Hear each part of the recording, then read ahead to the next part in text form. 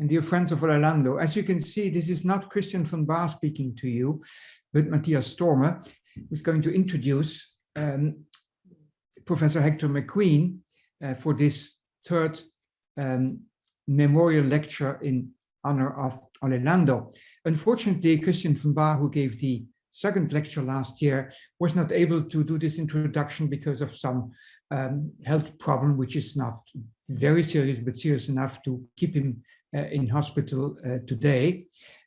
So I have to take the honor, or at least I got the honor to introduce you Professor Hector McQueen, who will give this third lecture. Just a short introduction to Professor McQueen, which must be short because otherwise I will take more time than he has in order to explain his curriculum. But Professor McQueen was obtained his law degree in 1978 in Edinburgh, and later his PhD also in Edinburgh in 1985, became very soon a lecturer at Edinburgh University and professor in 1994, which he was until his retirement this year. He became a dean of the law school in 1999 for several years, and something which I absolutely should not forget, he became member of the Scottish Law Commission. He was thus a Scottish Law Commissioner from 2009 to 2018. Apart from this, he was a member of many distinguished associations and institutions, including the Royal Society of Edinburgh and the British Academy. Now, personally, I have known Professor McQueen when he became the Scottish member of the Commission on European Contract Law, which most of us will know under the name Landau Commission, where he entered the commission in 1995 when I was the secretary of the commission, which basically meant that I had to write the minutes. And Hector, you will remember, we met in the bar of a hotel in Stockholm for the first time, where I tried to make you angry by telling you that there were 100 types of whiskey in that bar and that they probably all tasted the same. That was evidently meant to be provocation in order to give you the opportunity to prove me the opposite. And since then, we've stayed in contact in the commission until 2001, and afterwards in the follow-up study group for European Civil Code since 1999 until the work was finished in 2008, and since then, evidently, in the European Law Institute. Professor McQueen has been mainly active in teaching and publishing in legal history from the Middle Ages until our age, and apart from that, as to, let's say, a positive law and jurisprudence in the law of obligations, especially contract law and enrichment law, and in intellectual property law. And not only has he published a lot in these fields, he was also principal author or co-author of several projects and discussion papers of the Scottish Law Commission in this field, some together with the English Law Commission on consumer law and third parties in contract and intellectual property law.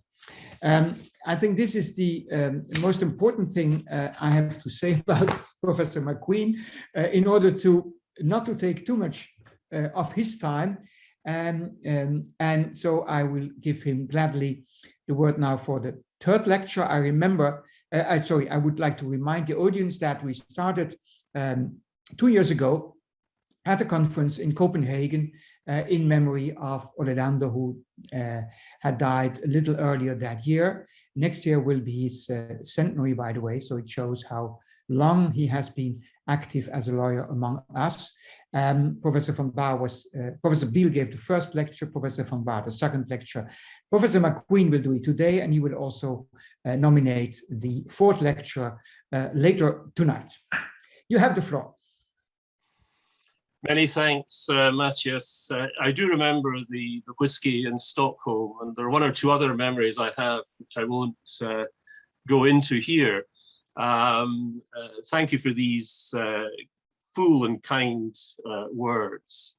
It's also a very great honor for me to be invited to follow in the footsteps of Hugh Beale and Christian von Bahr and give the third lecture in memory of Ole Lando.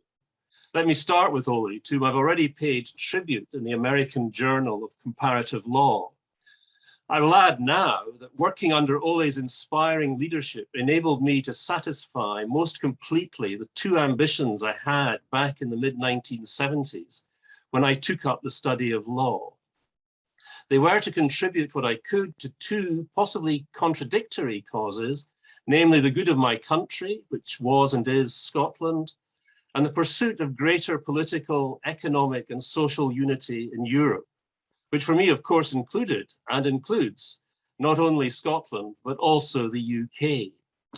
I will not try to elaborate on how I've reconciled these two causes in my own mind, but for now, let me simply say that being a member of the Lando Commission enabled me to combine them with total conviction, and for that I will always be grateful to Ole Lando.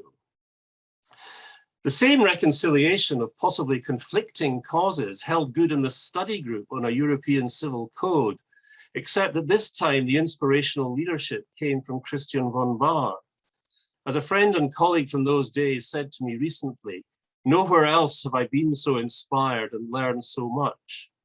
I was reminded of all Christian's many qualities by his brilliant Lando lecture last year on contract law and human dignity. And I'm sorry indeed that illness prevents him being with us this evening. Hugh Beale was deeply and vitally involved in both the Lando and the von Bahr groups, of course, but my gratitude and debt to him in this regard starts from his being instrumental in getting me engaged in the first place back in 1995.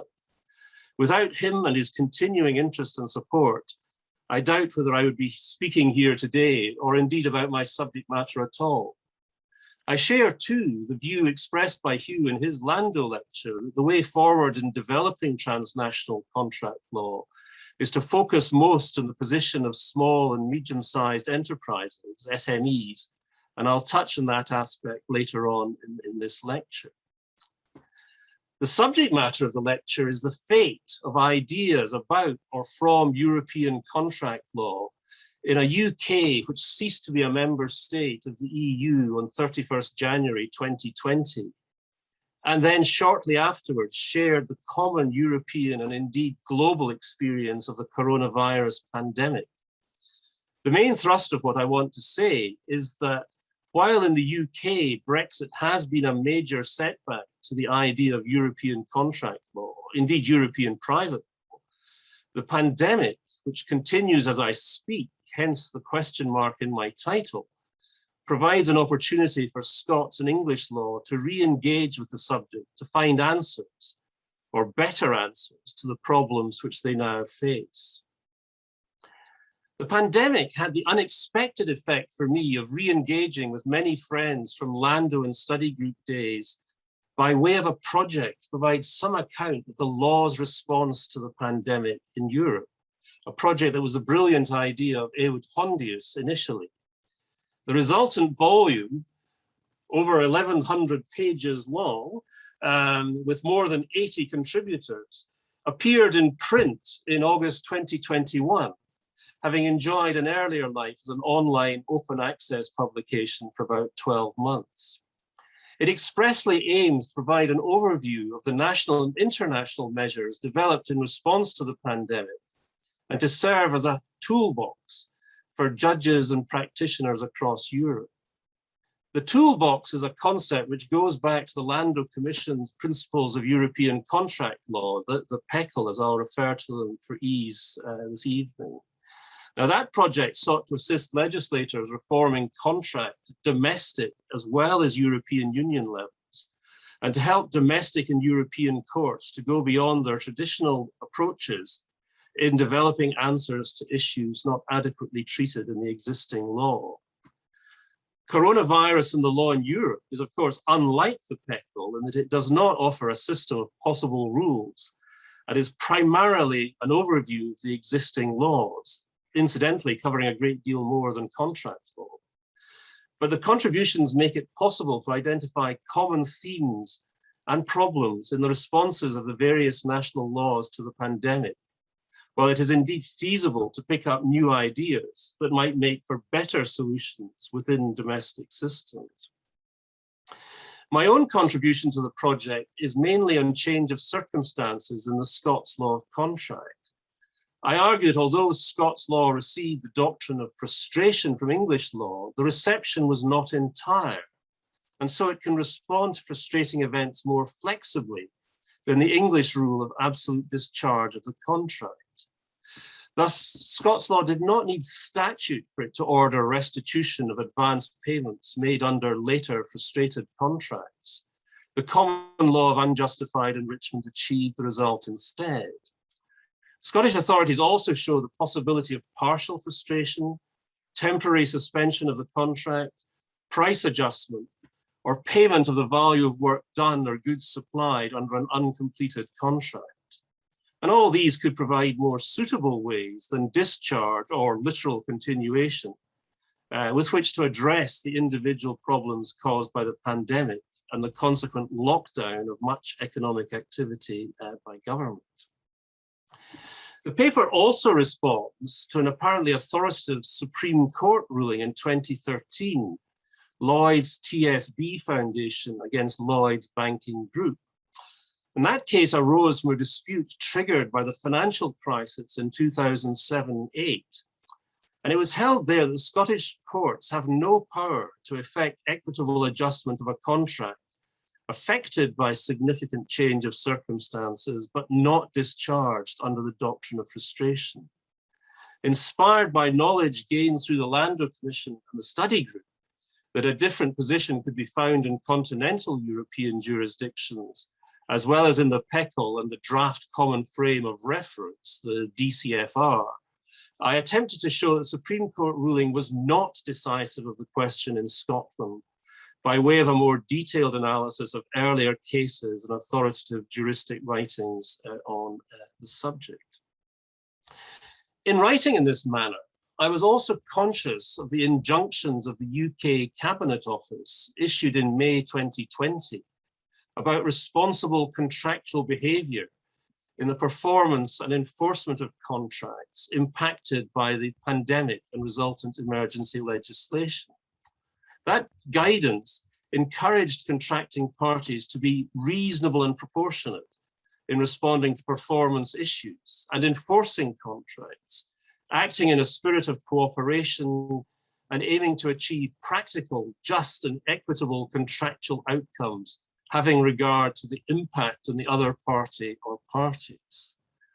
While the document was clear that it was not intended to override the law or specific contract provisions, and accordingly met with considerable skepticism from City of London practitioners, it also supported the use of any equitable relief available in the law, and in that sense was also a message to the courts. And the same message was articulated in concept notes by the British Institute of International and Comparative Law, BICL as I'll call it, using an overarching title phrase evocative of contemporary context other than the pandemic, namely breathing space. And I'm thinking here obviously of the I Can't Breathe theme, which ran so strongly in the spring of 2020. The BICL paper drew attention to the distinctive rules of continental European systems, allowing courts to adapt contracts, and noted that these could be more readily invoked in the COVID-19 context than the common law rules and frustration. The paper also referenced what I will call the soft law instruments, i.e. the PECL and the similar provisions of the Unidroit principles, as well as Principle 13.2 of the European Law Institute's principles for the COVID-19 crisis. And I quote, "Where as a consequence of the COVID-19 crisis and the measures taken during the pandemic, performance has become excessively difficult, the hardship principle, including where the cost of performance has risen significantly, states should ensure that in accordance with the principle of good faith, parties enter into renegotiations, even if this has not been provided for in a contract or in existing legislation." Now, reading the contract chapters in Coronavirus and the Law in Europe, enables one, amongst other things, to see in detail how the law on change of circumstances was developed significantly in many countries pre-pandemic, and how that development may now react to the issues created by COVID-19 and the governmental restrictions imposed on much economic and social activity in consequence. Speaking very broadly, the 19th century codifications gave no space to the earlier jus commune doctrine of clausula rebus sic stantibus, but it re-entered the law of various jurisdictions under the pressure of world-changing events in the 20th century, the courts making use of the general clauses of their codes in order to achieve this result. The pandemic seems set to be seen as another such event. In Spain, for example, the Audiencia Provincial de Valencia has used the clausula principle to reduce the contractual rent payable by a tenant of a hotel in response to the coronavirus crisis, which it said was materially different from events like the financial crash of 2007-8, as the economy is already known to go in cycles. There is too apparently a Swiss domestic arbitral award in which it was said that unless there was already specific contractual provision on the matter, clausula rebus sic stantibus would apply to the lease of a restaurant that could no longer operate thanks to the Swiss government's COVID measures. Moreover, the law has been given legislative form in various jurisdictions during the 20th and this century, although I'm not aware at the moment of any examples of such legislation being used in response to the pandemic. Even more interesting from a Scottish point of view, however, given that it is unlikely in the extreme that Scots law will ever be codified, are continuing judicial developments in jurisdictions which have yet to adjust their codes to accommodate unforeseeably changing circumstances affecting a contract. Such developments are not necessarily achieved through the general clauses of the codes. In particular, Denis Philippe draws attention to the activities of the Belgian Supreme Court, which in 2009 held that a long-term international steel sales contract, where the price of the steel had increased by an unforeseeable 70% during the performance of the contract, could be adjusted by the court in line with the Unidroit Principles, Article 6.2. The article could be brought into consideration, the court ruled, because the contract was governed by the Vienna Convention on the International Sale of Goods. And Article 7.2 of the CISG allows the judge, in the case of a gap in the convention, to deal with the question in line with its underlying general principles. And the Unidroit principles, in this case, provided the relevant general principles. Now, such an approach to incorporating or referencing Unidroit rules, or indeed ones from the PECL or the DCFR, could not be followed in Scotland, since the UK remains, as it always has been, outside the CISG. But as I will explain later, there are perhaps some other ways in which the Scottish courts might make use of these instruments in the development of the law. Now, my contribution to coronavirus and the law in Europe is an illustration of how my participation in European contract law projects enables me to pursue what I think would be the betterment of my country's laws. The experience showed me different ways of thinking about law and the problems to which it fell to be applied, and suggested that what looked radical by way of possible change and development of Scots law was perhaps not quite so impracticable after all.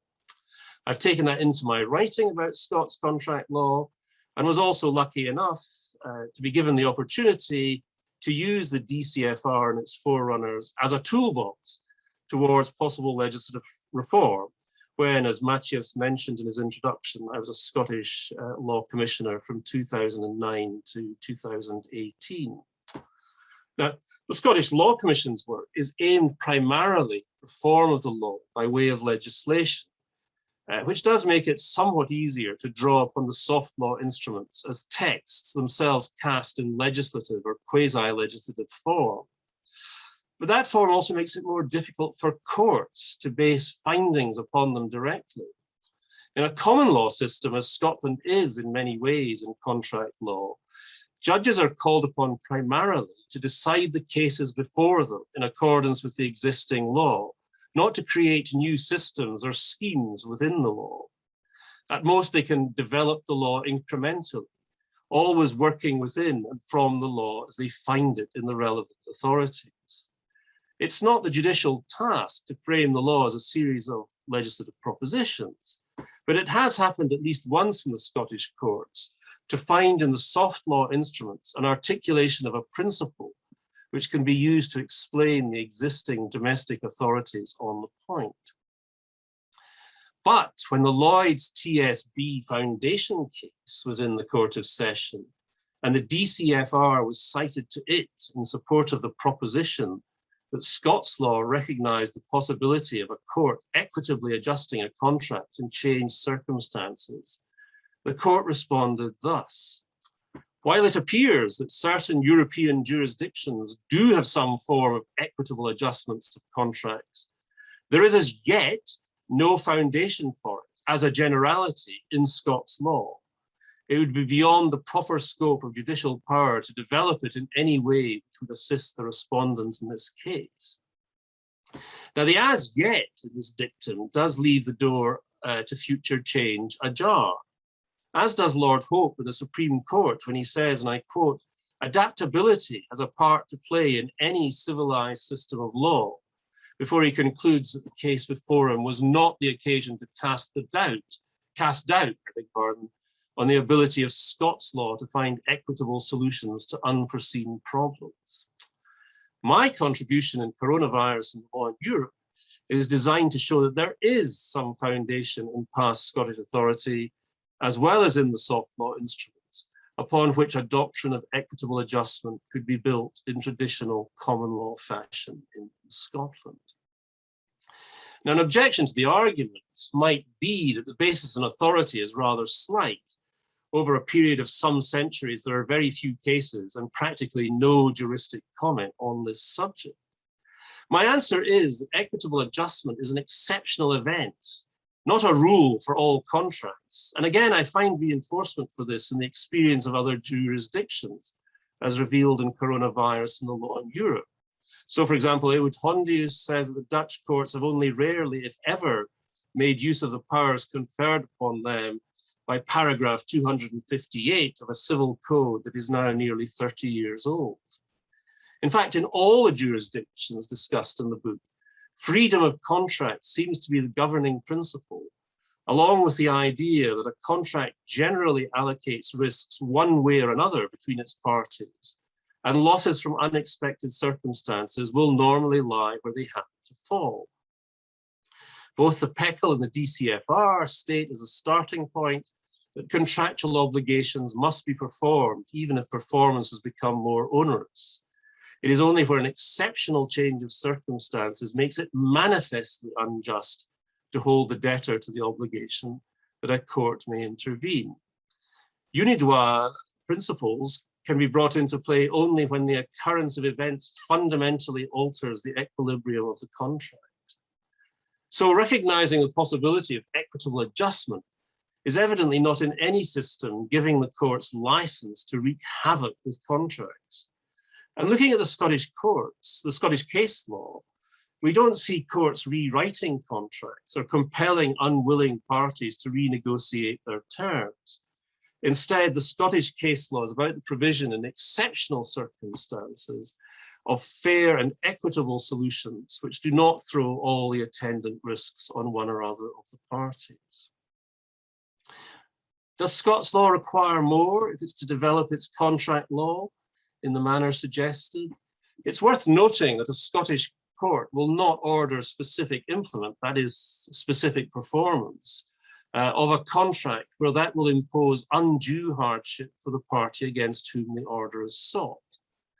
Two further ideas shown to be important by the comparative historical evidence are those of good faith in contract and the tacit condition. Good faith has been explicitly recognized in Scots law in recent times, even if its scope remains uncertain and contested. The idea of the tacit condition, specifically a resolutive condition implied by law, to the effect that a contract will not be strictly binding, where some vital but unspoken assumption of the parties at the time of contracting is falsified by subsequent events, can be found in early texts of Scots law. The idea was also used by the authoritative early 20th century Scottish jurist William Murray Gloag to explain not only the doctrine of what he called mutual, i.e. shared error, but also, more tentatively, the doctrine of frustration. With the latter, he was tentative because at the time he wrote in the 1920s, the English courts had become committed to the idea that frustration arose from an implied term in the contract. But Gloag was evidently not completely convinced that this was the right approach, and he cited a famous dictum in a Scottish case to make this point. A tiger has escaped from a traveling menagerie. The milk girl fails to deliver the milk. Possibly the milkman may be exonerated from any breach of contract, but even so, it would seem hardly reasonable to base that exoneration on the ground that tiger days accepted must be held as if written into the milk contract. And Gloag expressed his preferred approach as follows, very much in the idiom, I think, of the clausula rebus sic stantibus. If it can be shown that performance, if given, would in substance be the fulfillment of a new and not the original contract, neither party can be bound to perform, because contractual obligation depends on agreement, and neither has agreed to anything but the original contract.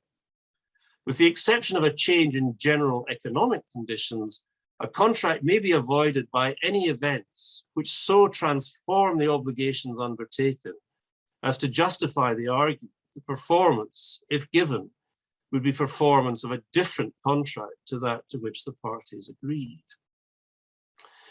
When the English House of Lords gave up the implied term approach to frustration in 1956, the Tiger Days accepted example was cited by Lord Reid, the Scottish law lord, and the replacement formula was very much cast in the kind of language favoured by Gloag, i.e., in the words of Lord Radcliffe, frustration occurs whenever the law recognises that without default of either party, a contractual obligation has become incapable of being performed because the circumstances in which performance is called for would render it a thing radically different from that which was undertaken by the contract.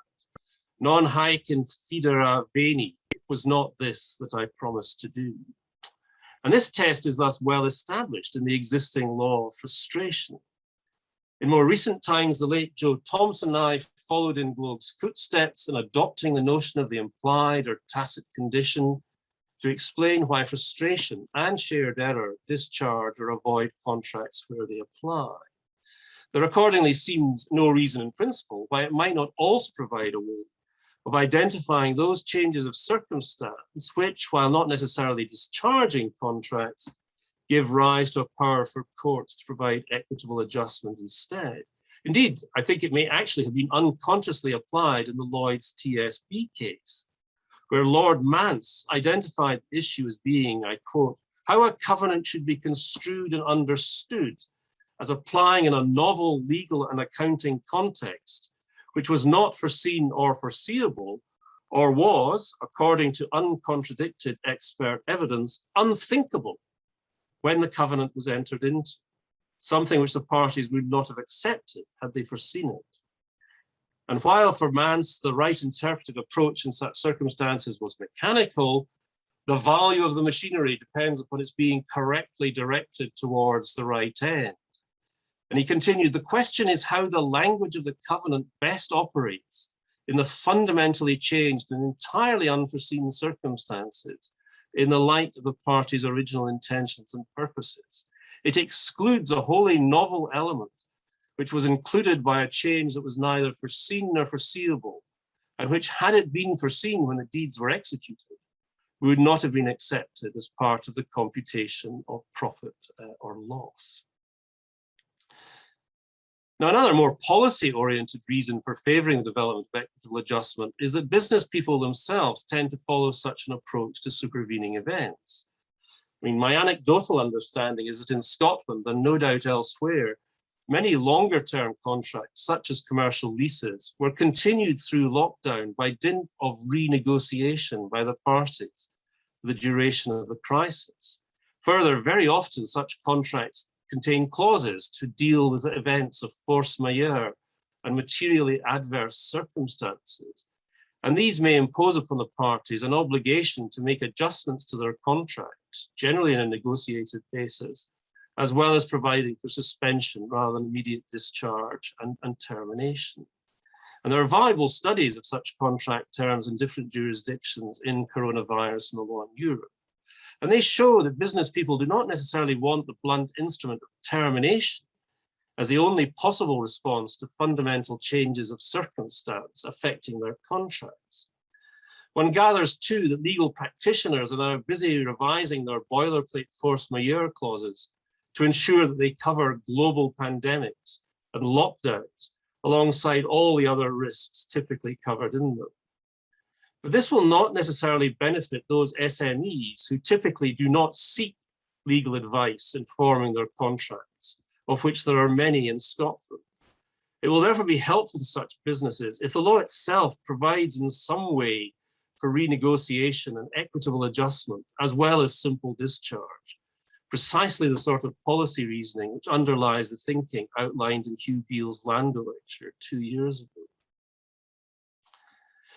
My focus so far has been almost entirely on Scots law, and if I'm to fulfill the promise of my title, I must turn to my attention to English law, although as a Scots lawyer, I do so with diffidence. Here I will concentrate more on post-Brexit than on post-pandemic questions, as I think there is little chance that the English courts will even contemplate the kind of equitable adjustment that I've been talking about so far. In their contribution to coronavirus and the law in Europe, Hugh Beale and Christian Twigg-Flessner emphasize the strictness with which the English courts apply the doctrine of frustration. The doctrine of frustration, they say, is quite narrow. It will not apply to many cases in which the impossibility is only temporary or partial, and it will not apply when the contract no longer serves one party's purpose or has become very much more burdensome to perform. It is an all or nothing doctrine. If it applies, the parties are automatically discharged, but if it does not apply, the party who does not perform will be liable for breach of contract, unless there's a force majeure or similar clause in the contract. And a nice illustration of this strictness is one that arose directly from Brexit. In Canary Wharf against European Medicines Agency, the defendant, an agency of the EU, argued that their 25-year lease of premises at Canary Wharf in London as their headquarters, begun in 2011, was frustrated by Brexit. It would be incongruous for such an agency to have its headquarters outside the EU. The judge took the approach that a finding of commercial frustration required a multifactorial approach to determine the assumptions or common purpose of the parties in entering the contract. And from that process, not to be equated with interpretation of the contract alone, whether or not performance in new circumstances would be something radically different from that which the parties had originally undertaken. He found that Brexit was only relevantly foreseeable sometime after the lease was entered in 2011. But the question of the agency's relocation to other premises, wherever that might be, was recognized and provided for in general in the contract. The parties, he said, agreed exactly what would happen in such a case. The agency would assign the lease pursuant to the terms of the lease or sublet the whole, again, pursuant to the terms of the lease. If it could neither assign nor sublet the whole according to the terms of the lease, it would retain the premises whether it wanted to or not, and would be obliged to pay the rent. The parties, he held, had no common purpose outside the terms of the lease. Rather, they had divergent purposes, one being the landlord's interest in long-term cash flow and its self-protection in the event of the agency's premature departure, for whatever reason. While the agency was focused on bespoke premises with flexibility as to term and the lowest rent. Brexit did not make this contract radically different from that which the parties had originally contemplated. Despite this adverse judgment, the European Medicines Agency has, I believe, succeeded in relocating to Amsterdam, presumably having found a new tenant or subtenant for that awkward lease in London. Now, this strictness is apparent in the English cases so far on frustration by the pandemic. Relaxation of this strictness by either the courts or the legislature does not seem at all likely, although perhaps only because the discharging effect of frustration is so drastic. Beale and Twigg-Flessner point also to technical difficulties with the doctrine of consideration that would have to be overcome if English law were ever to introduce a regime of equitable adjustments, such as the ones I've been discussing earlier in this lecture. While they do not dismiss altogether the possibility that the Supreme Court may yet rework and develop the doctrine of consideration in a helpful way, they do note that the opportunity to do so, which arose with the renegotiated contract in MWB Business Exchange Centres against rock advertising in 2018, was not taken. But perhaps Beale and Twigg-Flessner dryly comment, thinking about the possible impact of the pandemic, it, the Supreme Court, that is, will get another opportunity sooner than anyone thought. Now, pre-Brexit, there were occasional signs of the influence of European contract law and English contract law. The most important in practice were, of course, the implementation of EU directives, in which process a significant role was taken by the Law Commission of England and Wales, generally in conjunction with the Scottish Law Commission, since the measures were to take effect across the UK. Now, I worked in several of these myself, including the translation of the Consumer Sales, Unfair Terms and Unfair Commercial Practices directives into UK legislation, where Brexit notwithstanding, they all remain in force. There was also the Commission's advice to the UK government and the optional instrument of the Common European Sales Law, critical, but constructively so rather than implacably hostile. Back in the 1990s, before my time and working by itself, the work of the English Commission led to the Contracts Rights of Third Parties Act 1999. One of the reasons supporting the case for reform back then was the inconsistency of English law with the laws of most other member states of the EU. And the Commission added this in reinforcement of the point. With the growing recognition of the need for harmonization of the commercial law of the states of the European Union, illustrated most importantly by the work being carried out by the Commission on European Contract Law under the chairmanship of Professor Ole Lando, it seems likely that there will be ever increasing pressure on the UK to bring its law on privity of contract into line with that predominantly adopted in Europe. Also in the 1990s, the English Commission began a lengthy project on illegality, not only in contract law, but in trusts and torts as well. The initial consultation paper, published in 1999, made very little reference to comparative law generally, apart from the New Zealand Illegal Contracts Act 1970, and none at all to European private law projects. That's not surprising because there were then no published proposals for model rules on the subject. By 2009, when the Commission's next consultation paper was published, that had changed, and the consultation paper offered an overview of the PECL. But although the PECL articles had been strongly influenced by the structured judicial discretion approach put forward in the Law Commission's 1999 consultation paper, they were not endorsed by the Commission in 2009, which had by now changed its position to recommend no statutory reform of the law of illegality in contract. And this was reaffirmed in the Commission's final report published in March 2010, which made no reference at all to international soft law instruments and decided that the matter should now be left to the judiciary and the incremental processes of change in the common law. Now, that expectation has since been fulfilled by the Supreme Court decision in Patel against Mirza in 2016, and I'll return to that in a moment. Since 2010, the Commission has neither made nor had any opportunity to consider in a detailed way the provisions of the soft law instruments as a basis for reform of English contract law. At least part of the reason for this lack of interest has been the lack of calls for reform from either government or what the law commissions tend now, following the example of the European Commission, to call stakeholders. Indeed, there has been hostility to the idea that English contract law needs reform, least of all to make it more akin than absolutely necessary to the laws of other member states or EU law. Resistance was great to any perceived pressure to bring English law in line with that predominantly adopted in Europe, as the Law Commission had put it in 1996.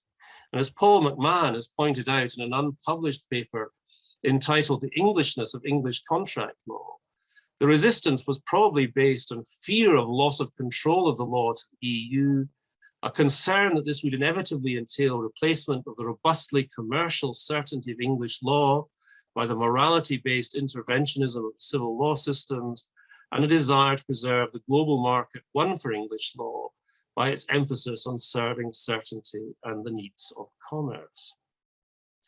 But all that said, the soft law instruments have enjoyed at least some influence in significant recent developments of English contract law.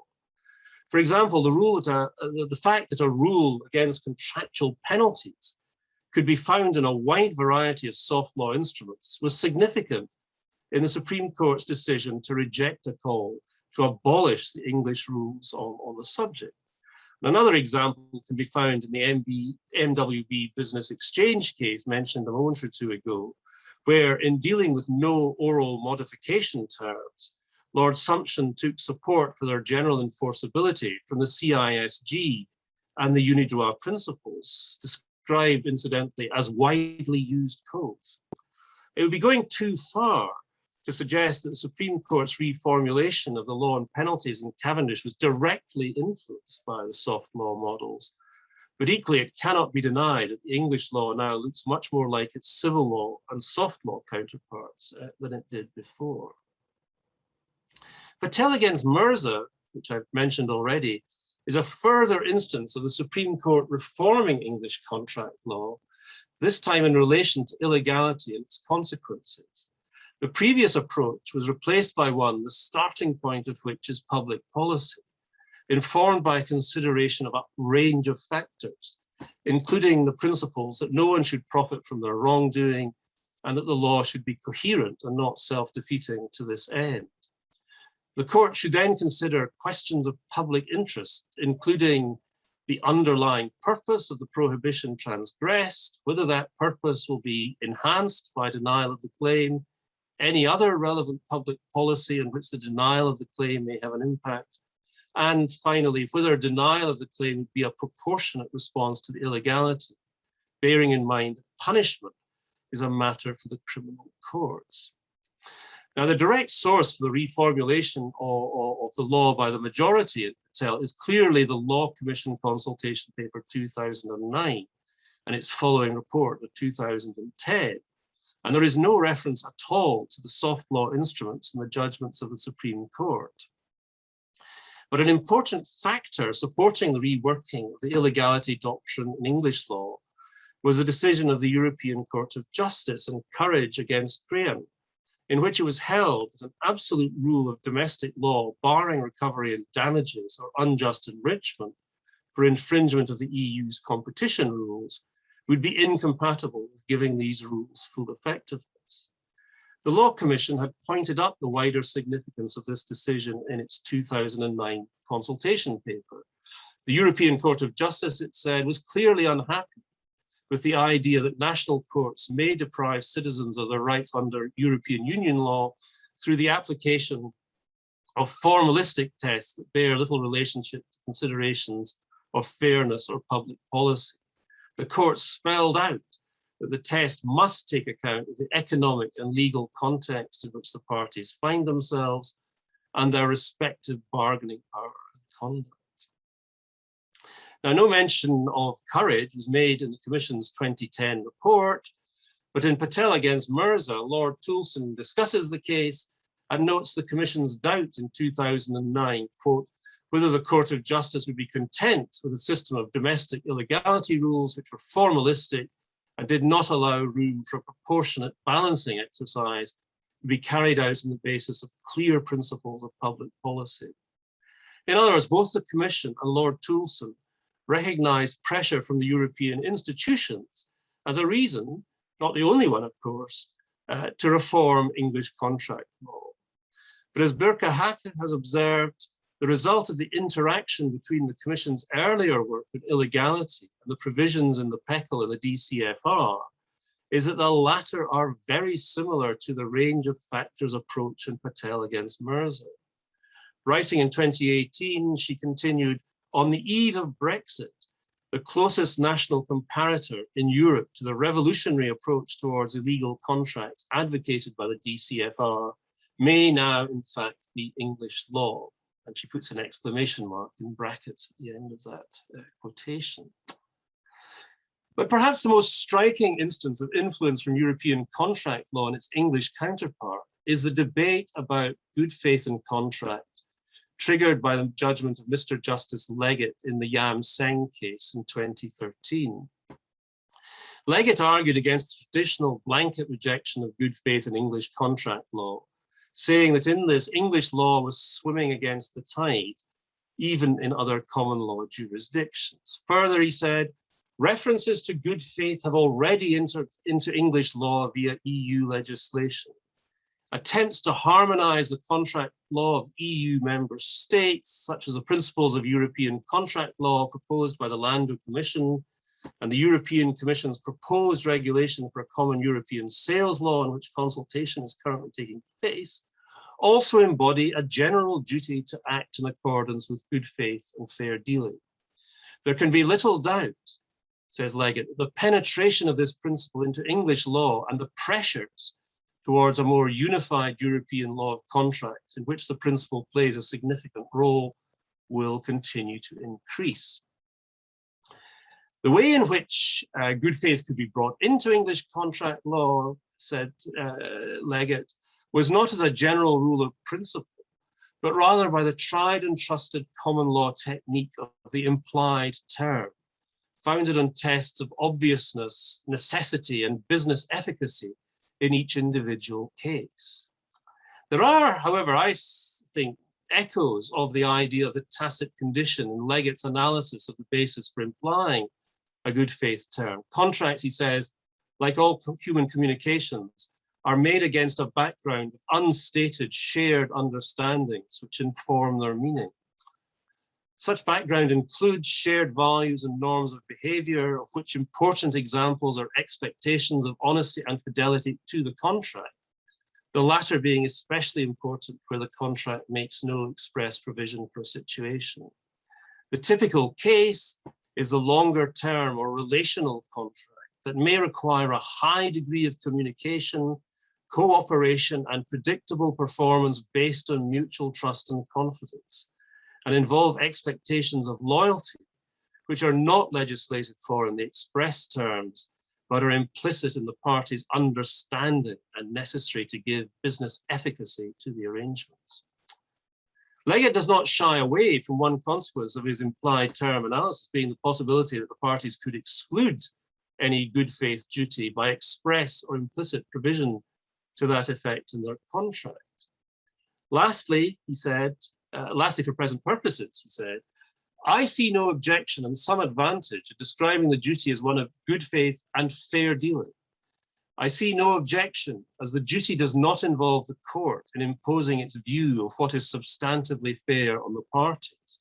What constitutes fair dealing is defined by the contract and by those standards of conduct to which, objectively, the parties must reasonably have assumed compliance without the need to state them. The advantage of including reference to fair dealing is that it draws attention to the fact that the standard is objective and distinguishes the relevant concept of good faith from other senses in which the expression good faith is used. Now, the Leggett implied term has had mixed fortunes amongst first instance judges since Yam Seng, and it's not received the blessing of any appellate court.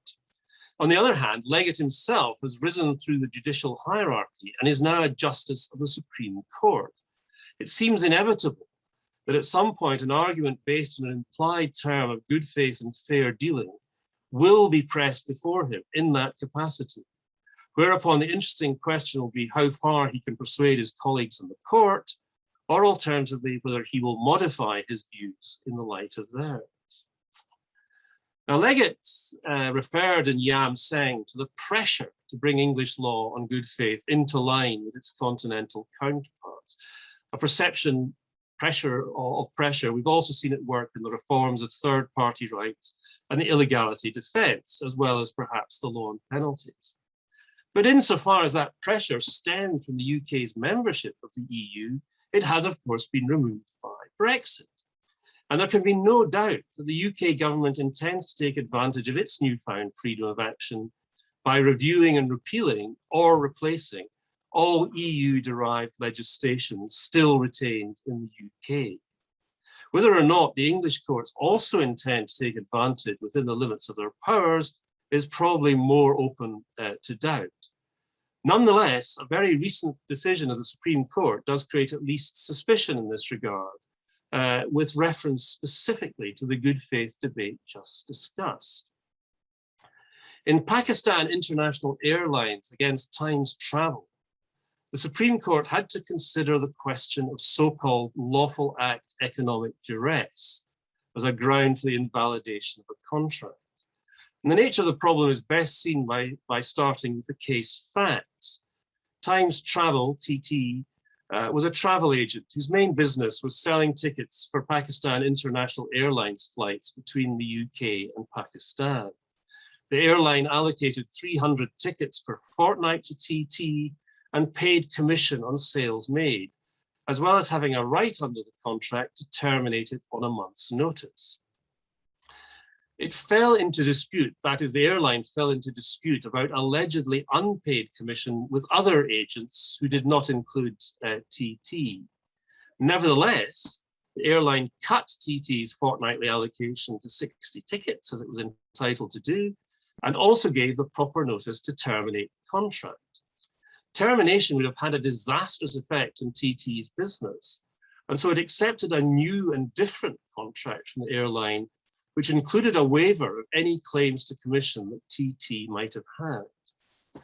Now, it was this new contract that TT challenged as procured by lawful act economic duress. While the airline had been strictly entitled to act as it did, the pressure that put on TT to agree a new contract was illegitimate, leaving them no alternative course of action, and the new contract was accordingly voidable. Supreme Court upheld the contract, however, while finding that English law has developed a doctrine of lawful act economic duress. The court held unanimously that the airline's actions were not the illegitimate use of their contractual rights required to bring the doctrine into play. In what was clearly drafted as the lead judgment, Lord Burroughs argued that in the commercial context, what made a party's use of its rights illegitimate was twofold. First, deliberate creation of the victim's vulnerability to economic pressure, and secondly, the party's subjective bad faith in demanding what it did not genuinely believe it was owed, or in seeking waiver from a party's claim when it did not genuinely believe it had a valid defense to that claim. In what became the lead judgment, agreed with by the other three judges, Lord Hodge rejected this argument. He did not think it was supported by previous authority. Instead, lawful act economic duress was constituted by either, first, threats based on knowledge of criminal activity by the victim or a closely associated person, or secondly, use of reprehensible means to maneuver the victim into a position of vulnerability, forcing the latter to waive a civil claim against the perpetrator. Now, there's much more that might be said about this case, but for present purposes, the important point is the majority rejection of an approach to this subject based on bad faith.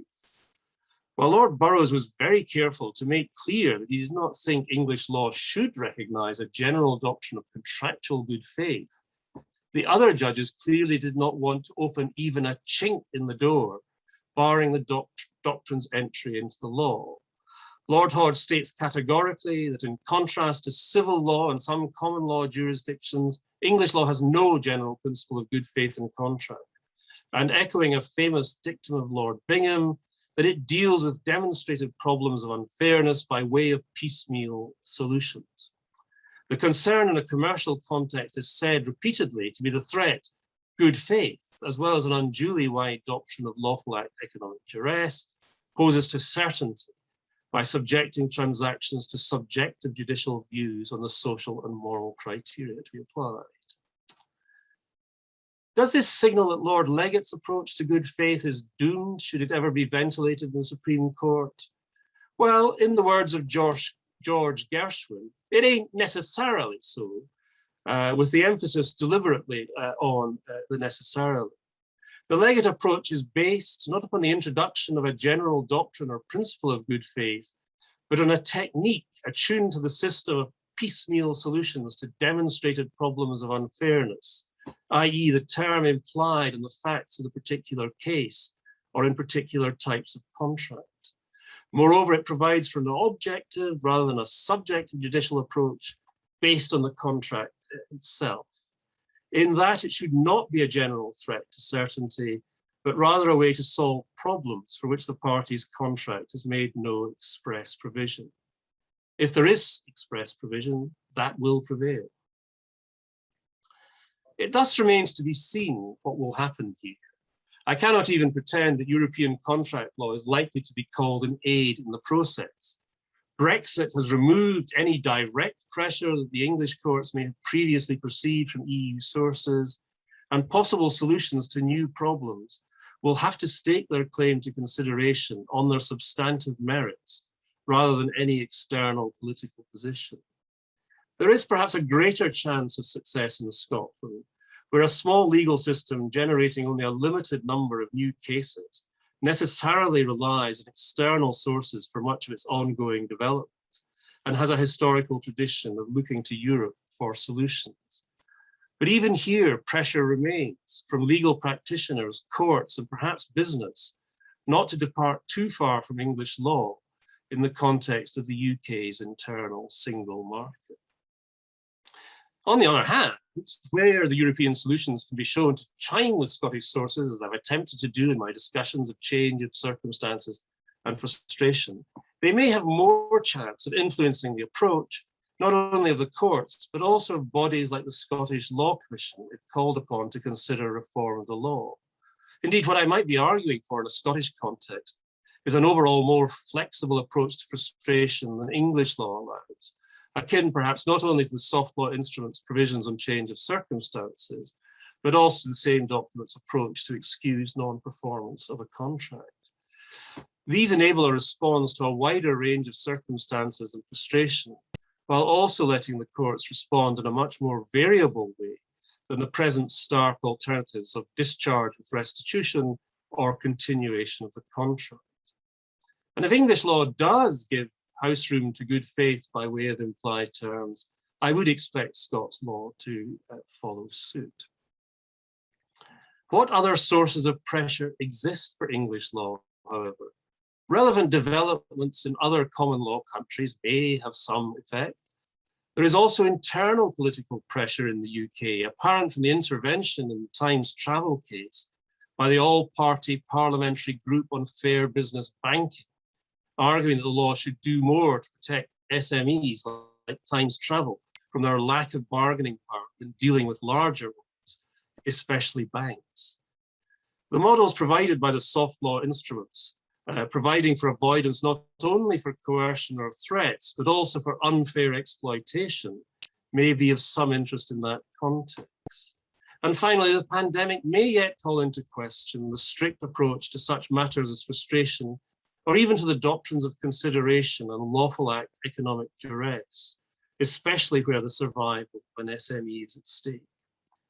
I am conscious that the story I have told is more of a glass half empty, or worse, than of one half full. But the glass has not, I think, been drained quite yet. Thank you for your attention.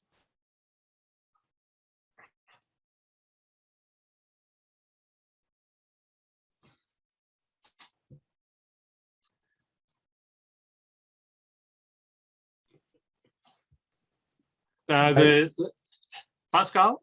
Yes, it seems that Matthias just disappeared. That's why I thought I would jump in. First of all, to congratulate you for what you have just presented. It's a bouquet of thoughtful ideas, and maybe the glass is more half full than half empty, because I think there's a lot of hope in what you say. And waiting until Matthias is coming back, I would like to open, of course, the Q&A section. And as you know, everyone can ask questions here. And I see already that we have one question from Canada. Of course, this is also to some extent common law, but also civil law. And maybe, I don't know whether, Hector, you may read the question, but otherwise I am reading, yes. Okay, I will just summarize it by saying that there is controversy over our recent experience with good faith often reflects a civil common law divide, and that some commentators believe that civil influences, including judges raised up through Quebec civilian system and specific references to Quebec Civil Code, have problematically infected our common law of contract. So probably you might react to that. His question is, to what extent similar dynamics influence English law's reception of good faith? That is, to what extent is there not just a policy view about whether good faith might wreck, but a sort of coherentistic instinct that the distinctiveness of English contracts needs protecting from infection? Yes. I find it always interesting how this language is used, the language of infection and so on. In Scotland, we use it quite a lot to talk about the influence of English law as an infection from a disease that must be resisted. You must receive a vaccination against it, and so on. So yes, I'm well aware of the debate in Canada. I recently wrote an article with a Canadian colleague where we compared the Scottish, Canadian, and indeed English question of good faith. At that point in time, when my colleague and I wrote that article, we were mainly dealing with the case of Bazin against Frenou, that's how I think it's pronounced. And this thing that struck me about that case was that a Quebec influence as such was not very perceptible in the decision. I think the leading judgment was given by Mr. Justice Cromwell, if I remember correctly, whom I have met and who is a very interesting character, but not, I think, a civil law or civilian judge in any shape or form. Yet he articulated very carefully and clearly how a principle of good faith might work in Canadian law. I gather that in subsequent developments, there has perhaps been more of a sign of activity from Quebec, pushing the law in a different direction, or perhaps not so much a different direction as an expansive direction, which perhaps might not be acceptable in other of the Canadian provinces. I don't have a detailed grasp of that, but I am aware of that discussion. So far as English law is concerned, I think there probably is an idea, and Paul McMahon, who has asked another question above, has written about this in a very interesting way in this article, which is unfortunately as yet unpublished, but I hope it will be published very, very soon. And as the title, I think I gave the title in my talk, The Englishness of English Contract Law. There is very definitely in the defenses, if you like, that are erected around the English law of contract, a clear perception that there is a connection of some kind. I don't know whether it really would be described as spirit of the people, but that English contract law reflects something that is, in fact, particularly or peculiarly English, and that Englishness is poised, if you will, to systems of law found in continental Europe. So I don't doubt that the debates in England have been informed by that. And that's why I think the legate approach is so very clever, because it is using standard common law techniques. It is not introducing a general doctrine of general doctrine of good faith. It is talking about the circumstances, the possibly special circumstances in which a term might be implied, might be added in by the court without in any way infringing the general principles of English law. And as I tried to say at the end of the lecture, I think that can be married quite successfully to the oft quoted dictum of Lord Bingham dealing with problems of unfairness where they are perceived to arise without generalizing too far. So there are interesting links, I think, between the position in Canada and the position in England.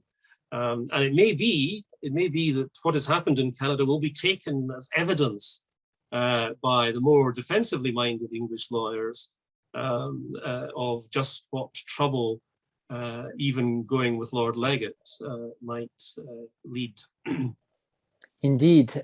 Maybe I can ask you the next question, a question by Hugh Beale, who wonders whether one should recommend adjustment even for SMEs contract without considering what happens in the various countries if you don't adjust, because you stress quite rightfully the fact that the adjustment is based on good faith, implied terms, but in fact the question is what happens if one does not adjust?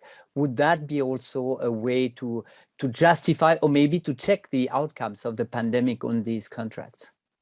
It's an interesting question. I haven't given as much thought as I probably should have to the issue that would arise on insolvency or the threat of insolvency, although I think that is an important matter, in fact, out there in the world. I think the difficulty that I can see with adjustment of contracts in the context of insolvency is that one might depart from the basic principle of equality of arms between creditors, and that's adjust for one, adjust for all. It's a bit of a mind-boggling thought. So I have confined my own understanding to the situation where both parties are insolvent and continuing or wanting to continue in business. I think I would have difficulty, but I stand open to other comments on this, with the idea that once an insolvency process has begun, then the contracts can be adjusted. There is already a sufficiently devastating effect on contracts with the insolvency without adding that further complication, I think. Maybe in the same line, Christiana Ramberg asked a question and saying, what is the relationship between good faith and the supervening events, change of circumstances and so on? Because of course it's the ground for revision of the contract, but adaptation.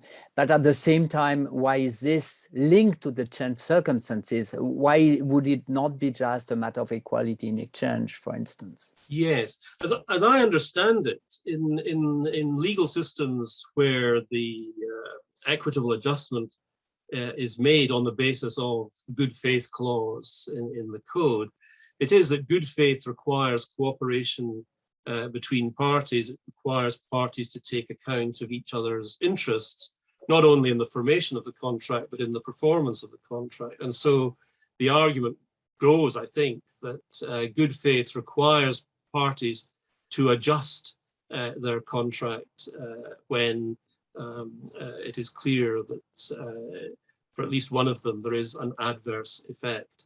And probably there will be an adverse effect for the other too. That is probably what brings parties to the negotiating table. Both have something to lose, and adjustment would follow from that in the ordinary course. If I may just add on that point, under Swiss law, we had a situation where our Supreme Court first said it would be an abuse of right to insist on enforcing a contractual right as a matter of changed circumstances. And that was a kind of almost getting the other party to bankruptcy. And they changed it slightly after a couple of decades, saying it's more based on good faith. being on a more, let's say, dynamic approach and saying, you have to go on. And that is more closer to what you said about relation and contract and this type of perspective. Yeah. And I was at a conference last week where there was a very interesting discussion about whether good faith and abuse of right were two sides of the same coin, and whether to talk about bad faith was to talk also about good faith. I think the key point, as I see it, is that good faith, at any rate, coupled with fair dealing, does bring about an objective standard. It's not a matter of the judge's opinion how the contract should be reformulated or enforced. Yeah. We have here a further question, and I see also there are some questions in the Q&R. I will take them afterwards. But Eugenia Da Coruña has a question for you on the mention that the Greek Civil Code already since 1945 recognizes under strict conditions the possibility of a judicial dissolution or revision of these bilateral contract for unforeseen changes and in circumstances, and that would underline, of course, the fact that even hard law gets into that perspective.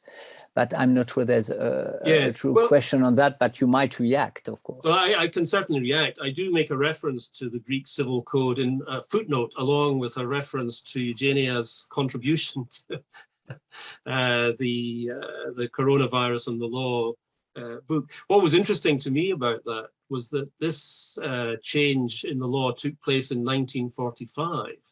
And while on the one hand, I can see that probably there had been major changes of circumstances during the period of the Second World War, it was still an interestingly swift move.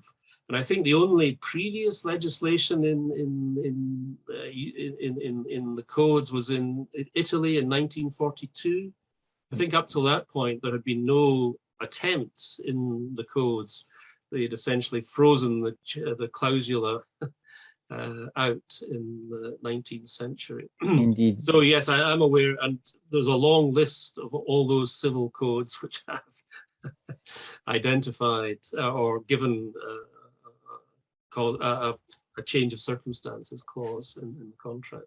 So let us maybe change a little bit the subject, because Ewout Hondius was intrigued by what you observed about the notion of consideration. And he said that this was discussed in the Landau Commission and then deliberately left out. And indeed, he would imagine that England and Scotland would have followed suit. But recently, Peter Benson has argued that consideration is the most important instrument. What would be the position of Scots law or Scottish law here?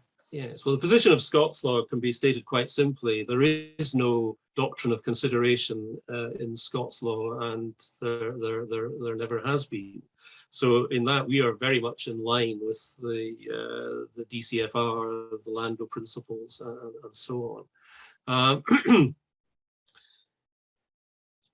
Perhaps the best advice I can offer to Ewout is to have a look at the chapter by Hugh Beale and Christian Twigg-Flessner in the book of which he is the editor-in-chief, because they do discuss this.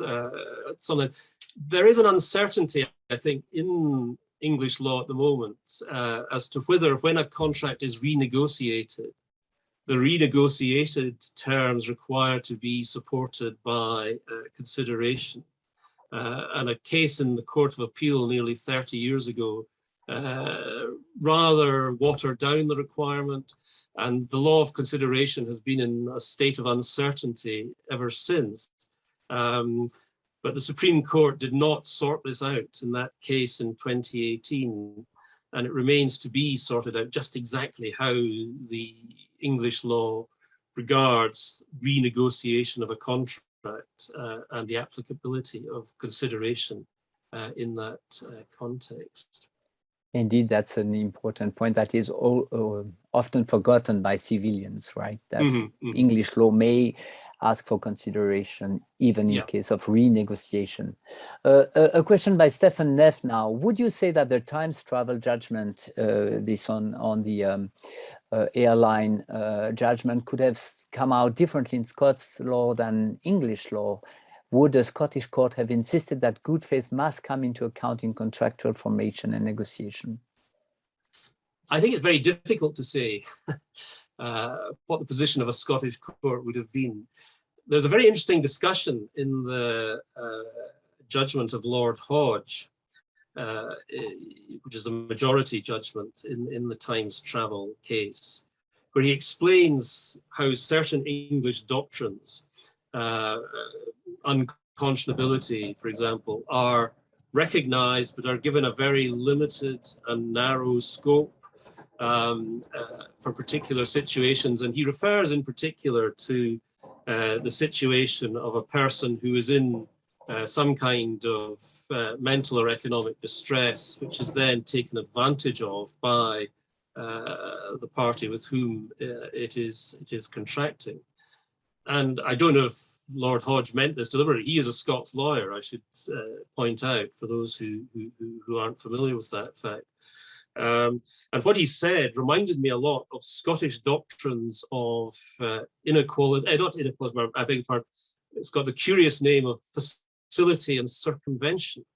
And it's very much about individuals, individuals who are facile. They're not insane. They haven't lost their legal capacity. They have capacity, but because, let us say, of depression or prolonged illness or whatever, they are vulnerable, or they feel vulnerable, and they want to hand over the guidance in their affairs to the person with whom they are contracting. And we have quite a lot of cases like that in our Scottish courts, including one very recently, and it was quite an interesting decision where there was a depressed individual at the core, subject to pressure, but he was running a business in conjunction with his two brothers. It was a farming business.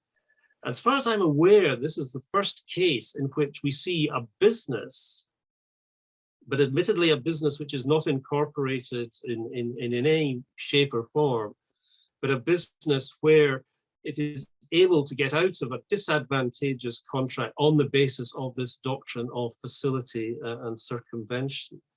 Now, I think it's probably impossible for a company as such to be, like Times Travel, to be facile in Scots law terms. But if the individuals involved are in some way facile, I think there might be room for an argument that you could penetrate the corporate veil and look at the real people behind that veil and say these people were in no position to resist the pressure that was being brought to bear upon them. So I think there is room in Scots law for development. We have had decisions where we have this lawful act, economic pressure, so on, but the limits of that are completely open and undefined at the moment. And I have a feeling, a bad feeling, I'm afraid, that the Times Travel case will have a big influence on any Scottish court that is facing this kind of issue in the future. We shall see. But interestingly, in your talk, you mentioned that under English law and legate position, it was more on an objective term, right? Mm-hmm, yes. When I listened to you, my impression is that the Scots perspective would be much more subjective and look at how this has an impact very subjectively on the parties. So it might be on a kind of different perspective here. Yeah, yes. Well, that's moving towards the glass half full. Yeah, sure. Pascal. Sorry. No, I'm delighted.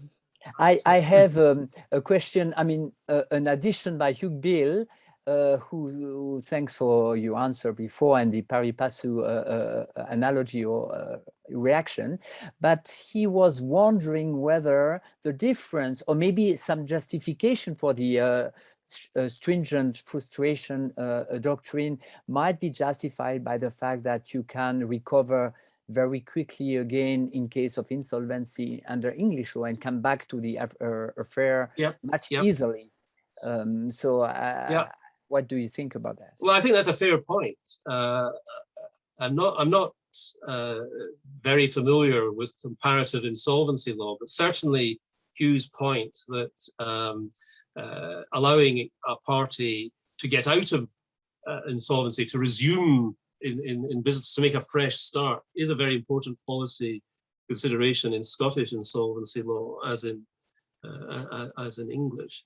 So yeah, I think that's an important consideration. But I wonder whether it's just a matter of time, or whether in an economic analysis of law, you would not consider what are the general adverse consequences of this contract being brought to an end because of insolvency.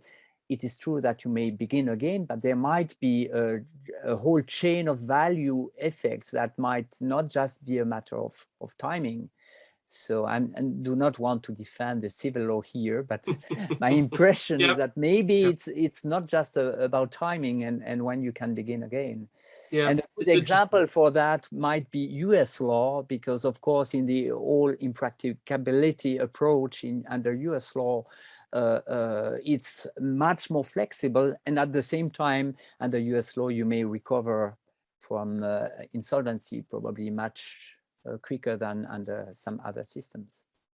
All I can think of in response to that is that in some circumstances, especially wrongful conduct, it may be possible for the corporate insolvency to be, as it were, just the beginning, leading on to a process against the individuals behind the company, including disqualification as well as potential financial liability. But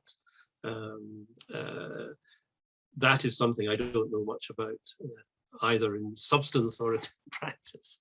Yeah. Thank you. We have a remark on Polish Code of Obligation of 1933, which had already the clausula rebus sic stantibus issue. I do not know, though, whether it allowed adaptation of the contract or whether it took into consideration termination in these situations. I do not see further questions, but please come on. Yeah, can I just very quickly say, because we will have to get on to the nomination of the next lecturer. It's not the first time that Jan has pointed out to me material in the Polish Code of Obligations that I was previously unaware of. So I will go and have a look at that and compare it to the Italian codes, because the Italian code is not a full-blown change of circumstances doctrine either. So it might be interesting to trace the evolution through and try and detect where the influences may have come from. If Jan can send me any material that he has on that, I'd be very interested to see it. Yeah, and indeed, there are some influences from the Italian code on the Polish and from the Swiss doctrine on the Polish code of 1933. So you might have relation between excessiva onerosità and this provision indeed. Yeah. Paul McMahon came back with a question. Probably we didn't address the question, and that's my fault if we didn't. And I don't know whether you can read it. That's about the influence of soft law on the UK Supreme Court. And to some point, I thought you were answering that question, but maybe the question was about the decision in the example you gave, McDessie and MWB Credit versus Rock Advertising, which both tend towards giving greater emphasis to freedom of contract and documentary certainty. Is the Supreme Court's approach a bit like looking over a crowded room and finding your friends? Yes.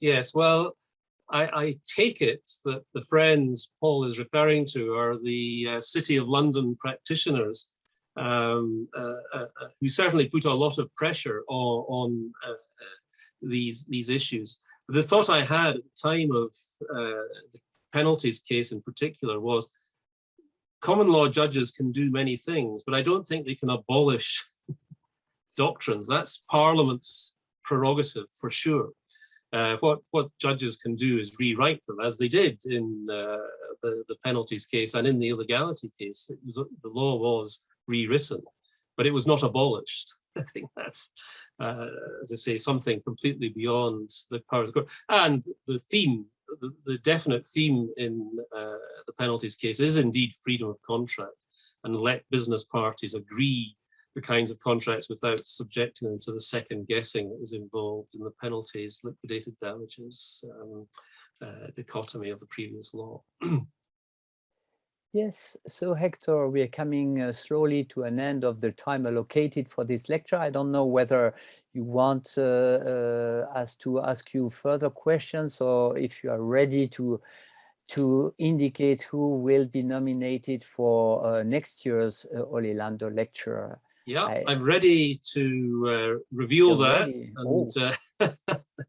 And can I just say thank you for all the questions and comments, and I'll keep these all in mind as I revise the lecture for publication.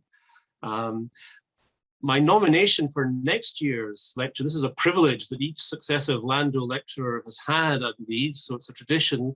But the person I would like to nominate is Christina Ramberg, who I believe is with us. She certainly asked a question a short while ago.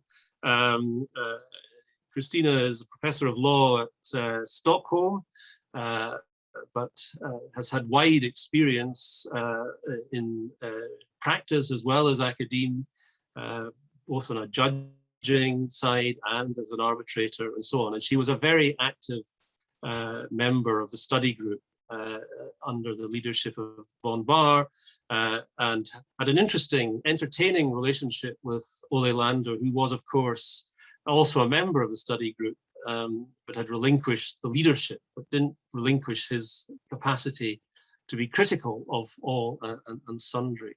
So Christina struck me as a person who'd be very suitable to give the centenary lecture, which it will be next year. Lando's 100th birthday will be in 2022, in September 2022, moreover. So I'm very happy to nominate Christina Ramberg to be the next Lando lecturer. I hope she can come through now. Yes, hello. Hello. Thank you, dear Hector. Thank you for this very interesting lecture, and to have this fantastic overview of the modern developments in England and Scotland. It's great. And I found it so fascinating to try to compare all the cases you tell us about and how they would fit into my own jurisdiction in Sweden. And thank you, of course, also for your nomination. I'm delighted to accept it. And I feel very honored to succeed yourself and you, Bill, and Christian von Bahr to give a lecture in memory of Ole Lando. I have all these very fond memories of how much fun we had and how much I learned in the study group for European Civil Code. From you, of course, Hector, and also, of course, from Ole. So now I'm looking forward to next year and to hopefully see you all and to discuss a subject that will be determined later. Yes. Hector? Pascal. Yeah, so it is my duty and my pleasure, in fact, to say some concluding words. I was not supposed to chair the Q&A section, but Matthias Storme disappeared. Unfortunately, I wanted to say, but it is my pleasure now to say how thrilled we were by your presentation, Hector. That was really brilliant and also very fascinating, because you took the difficult task on your shoulders to deal with very difficult issues on very controversial issues of English law. From a Scots perspective, that's almost audacious given the actual situation. So really congratulations for this splendid Ole Lando lecture. And I saw that in the chat also you got some congratulations on Henrik Lando, saying it was perfectly in the style and the spirit of Ole's spirit. So congratulations. Very in nice. my name as a president of the European Law Institute, I'm really thrilled to be able to say that the fourth Ole Lando lecture will be held in September 22 in Madrid, which will be the place of the annual conference at the University Carlos III in Madrid.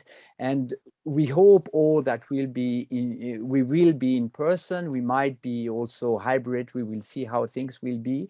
But at least I'm thrilled that Christina Ramberg will be that person holding the fourth Ole Lando lecture. Also because after 3 men, I think it's at most time that we have also a woman coming to this Ole Lando lecture honor.